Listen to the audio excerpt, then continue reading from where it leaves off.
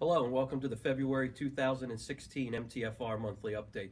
A few personnel issues to begin with this month as usual. Just a reminder that Monday, April 4th will be our first quarterly orientation session for our new volunteer members that have put applications in since the beginning of January. We already have numerous volunteers scheduled to be at the orientation that night, including a new live-in, some duty crew folks, and a few junior firefighters. So we are anxiously looking forward to that as our first quarterly orientation, see how that process works for us. Again, any members that are available that night and will not be coming to Monday night training that night that would like to attend that orientation session and meet the new members and give us a hand with issuing equipment and uniforms, we'd be happy to have you. And that will start at 6:30 at Station 204, again, Monday, April the 4th. Change of address has come up again. We had some volunteer and career staff members that we just determined in the last few weeks that you moved because you didn't tell us. We determined that after we received mail back that we had sent to you. So again, very important for you if you move to let us know that so that we can change your personnel file accordingly. Along the same lines, if you have a change in life status, married, divorced, new kids, and you want to update your beneficiary forms, that is also very important. So please, anytime you have a change in life status, please see us so that we can get new beneficiary forms updated for you.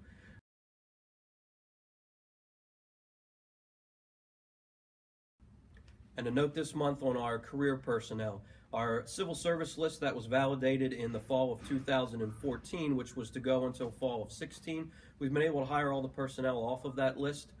So we are going to be testing in the spring of this year to put a new list together. The Civil Service Commission has given us permission to move forward with a list of test dates for this spring. So the application period was open today, and that will run until March 25th.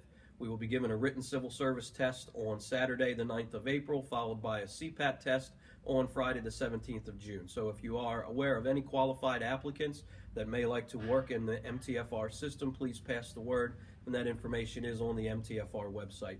Fleet notes for this month: steer tires on all of the blue structural engines was completed in the month of February, so we have brand new rubber on all of those fire trucks on the front end.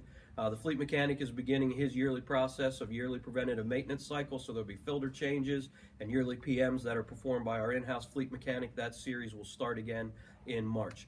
Note on truck 204, yearly aerial inspection was completed, and the few minor items that were noted during inspection have all been repaired, and the truck remains in service.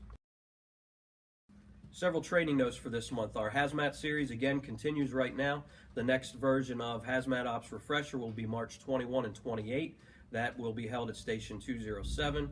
And for our Hazmat technicians, the refresher dates April 4 and 11 are coming up as well. Please make sure that you sign up with Captain Bezick for both of those events.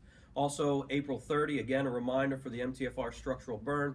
We'll be going to the Westchester facility this year. There is an informational sheet posted on the training board in all the stations. That also requires an email to Captain Bezick to let him know that you'll be attending. All of those certificate classes that are going on lead me to my next thing, which is the MTFR training grid.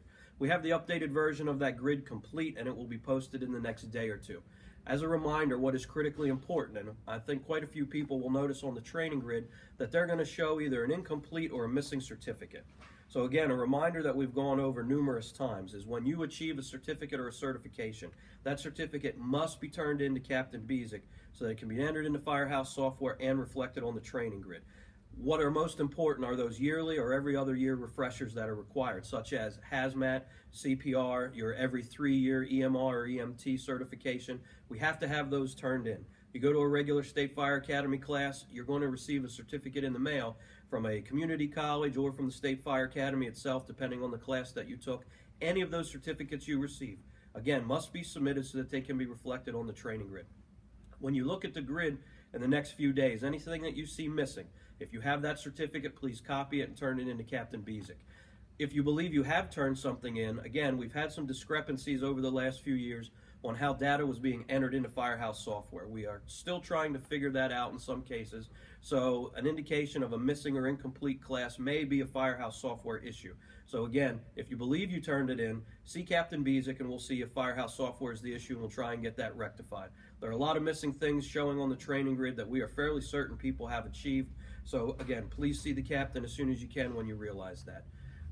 Finally this month, just a note of congratulations. This past weekend, our MTFR volunteers from Station 201 and 204 had their yearly awards banquet. So we'd like to thank all of those folks that turned out, and we would like to congratulate the award winners for high call response and for training hours.